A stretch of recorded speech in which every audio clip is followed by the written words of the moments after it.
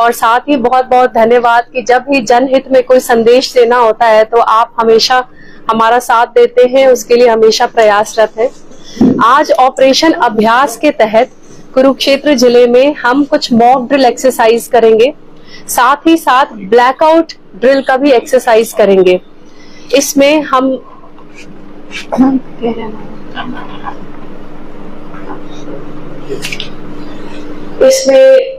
कुरुक्षेत्र के सभी नागरिकों से जिला प्रशासन की ओर से ये अनुरोध है कि आप इससे डरे ना। ये सिर्फ मॉक ड्रिल एक्सरसाइज है, एक प्रशिक्षण अभ्यास है।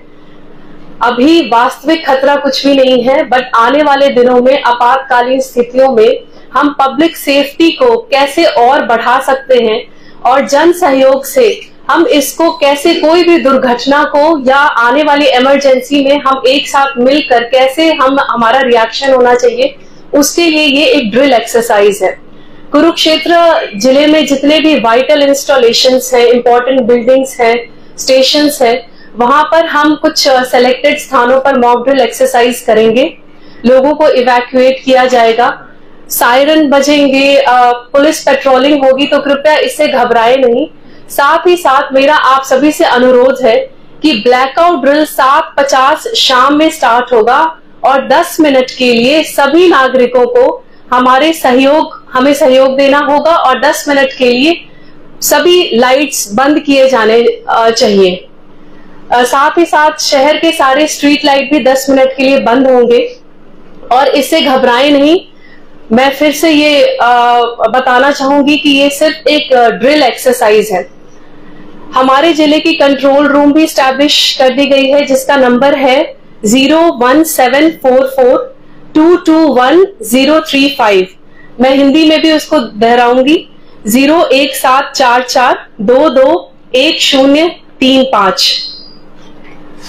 और आप सभी मीडिया बंधु से मेरा अनुरोध है कि इस मैसेज को आप ज्यादा से ज्यादा लोगों तक पहुंचाएं और कोई भी किसी के पास कोई इंफॉर्मेशन है तो तुरंत हमारे कंट्रोल रूम पर हमसे संपर्क करें, पुलिस से संपर्क करें, अपने अपने एसडीएम्स और डीएसपी से संपर्क करें और वो इंफॉर्मेशन कुछ भी सस्पिशियस लगता है तो हमसे तुरंत कांटेक्ट करें, उस पर हम कार्यवाही करेंगे। और ये सभी एक एक्सरसाइज है जिसमें media, officers, police, public health department सभी के सहयोग से हमारा जो जन सुरक्षा है उसको हम और बढ़ा सकें और स्ट्रेंथन कर सकें। Thank you.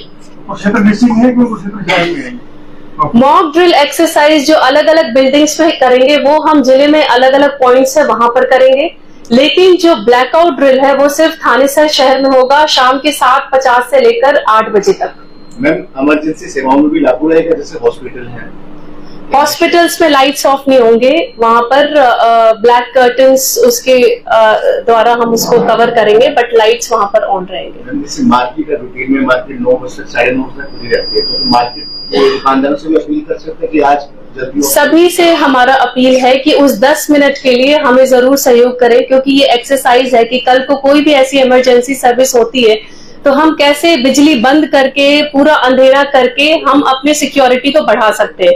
तो रेसिडेंट्स के साथ साथ मार्केट से भी, दुकानदारों से मेरी ये अनुरोध है कि उस 10 मिनट में जरूर सहयोग करें, पार्टिसिपेट करें।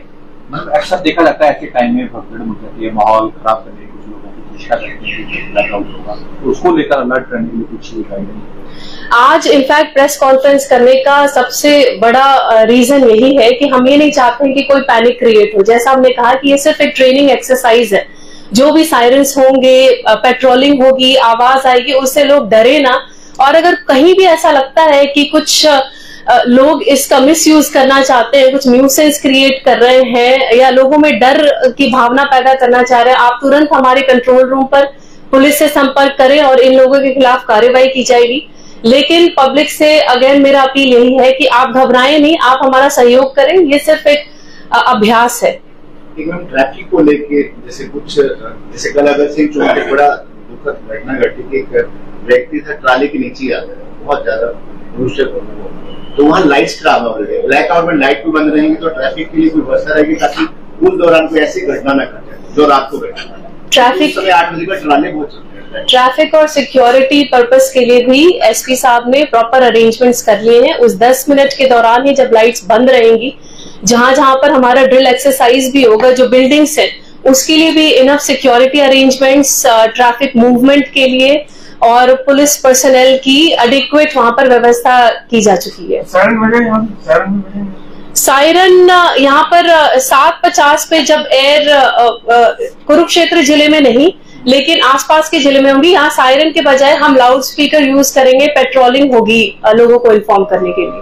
सोशल मीडिया प्लेटफॉर्म 10 मिनट के लिए जो ऑन रोड ट्रैफिक होगा उसकी क्या पोस्टिंग रहेगी? रोक देंगे वहीं पर क्या रहेगी? नहीं, ट्रैफिक को रोकेंगे नहीं, बट अगर कुछ पॉइंट्स हैं जहां पर उसको लेकर के हमारा कंसर्न है कि लाइट ऑफ होने की वजह से वहां पर ट्रैफिक व्यवस्था में कुछ प्रभाव हो सकता है, तो डेफिनेटली हम उस पे फर्दर प्लान करके और इसको स्मूथ करेंगे। कोई गाइडलाइन है जो मीडिया अपनी जानकारी जुटा सके, कोई नंबर ऐसा, कोई जानकारी मीडिया पर्सनली अपनी कोई जानकारी भी लेना चाहते हैं? नहीं, हमारे कंट्रोल रूम का नंबर है, साथ ही साथ जो एसपी ऑफिस का है, डीसी ऑफिस का नंबर है, उस पर कोई भी जानकारी है डीपीआरओ के माध्यम से वो आपको मिल जाएगी टाइमली। मैडम गाइडलाइन है उसमें दिया गया बकायदा, जिसमें ब्लैकआउट होगा उसमें गाड़ी साइड में रोककर हेडलाइट वगैरह भी बंद करनी होगी, बकायदा एमएचसी की गाइडलाइन जारी की। वो गाइडलाइन भी हम उनके साथ शेयर करेंगे और पब्लिक के साथ। अभी हमारा बिल्कुल कुछ घंटे पहले ही ये तय किया गया है कि 11 जिलों के अलावा जो दूसरे डिस्ट्रिक्ट है वहां पे भी एक्सरसाइज होंगे, तो वो हम आपसे भी शेयर करेंगे, लोगों से व्हाट्सएप ग्रुप पे भी गाइडलाइंस शेयर करेंगे कि इस ब्लैकआउट के दौरान जो 10 मिनट है उसमें ये भी गाइडलाइंस है कि कैसे अपने फोन को साइड में रखना है, जो भी चार्जेबल कोई भी आइटम है उसको साथ में नहीं रखना है, वो क्या ड्रिल होगी, जो एमएचए ने वीडियो शेयर किए हैं वो भी हम आपके साथ शेयर करेंगे और पब्लिक के साथ शेयर करेंगे। मैडम क्या है, सोशल मीडिया पर अफवाह लाई जाती है, पुरानी वीडियो एडिटिंग करके डाली जाती है, तो उसके लिए कोई एक्ट ऐसा है कि उसमें रोक किया जाए? सोशल मीडिया पे जैसे हमारी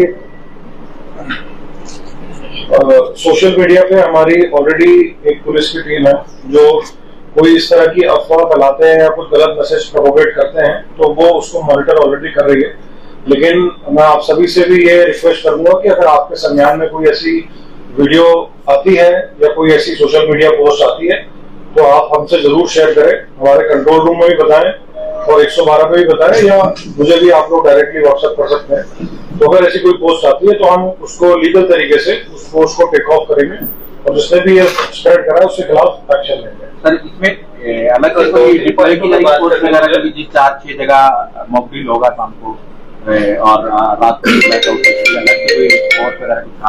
देखिए, एक तो जो ब्लैकआउट होगा हमारा उसमें हमारी पूरे शहर में लगभग 10 ERV हैं जो पूरे टाइम उनको स्पेशल ब्रीफिंग दी जाएगी इस बारे में कि वो एरिया में पेट्रोलिंग करेंगी। उसके बाद प्रत्येक थाने की लगभग 4 से 5 राइडर है, तो हमारे शहर के एरिया में कम से कम 15 राइडर हो जाती हैं जो फुल टाइम पेट्रोलिंग करेंगी उस समय।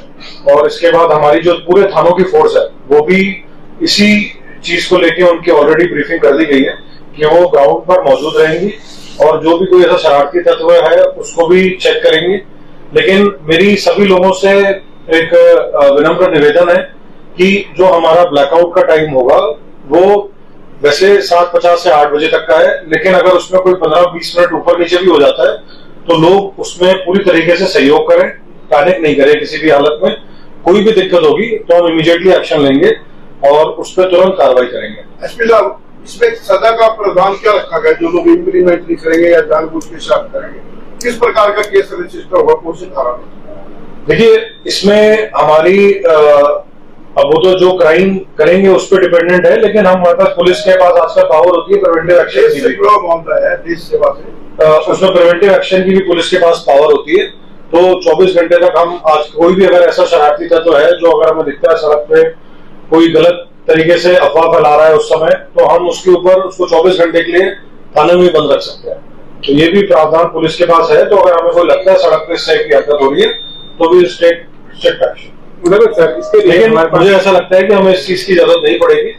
जो हमारे लोग हैं वो हमारा जो ऑपरेशन अभ्यास है उसमें फुल्ली कोऑपरेट करेंगे और इस प्रकार की स्थिति नहीं कर रहा हूँ। एसपी साहब, इसमें जैसे पहले कभी हुआ तो नहीं सुना, लेकिन पब्लिक रिलेशन डिपार्टमेंट के माध्यम से लाउड स्पीकर शहर में मुनादी करा दी चारों माइक से, तो ताकि लोग कईयों को कोई सोशल मीडिया नहीं देखता या वो नहीं देखता, सबको जानकारी वो हम सारे माध्यम यूज करेंगे।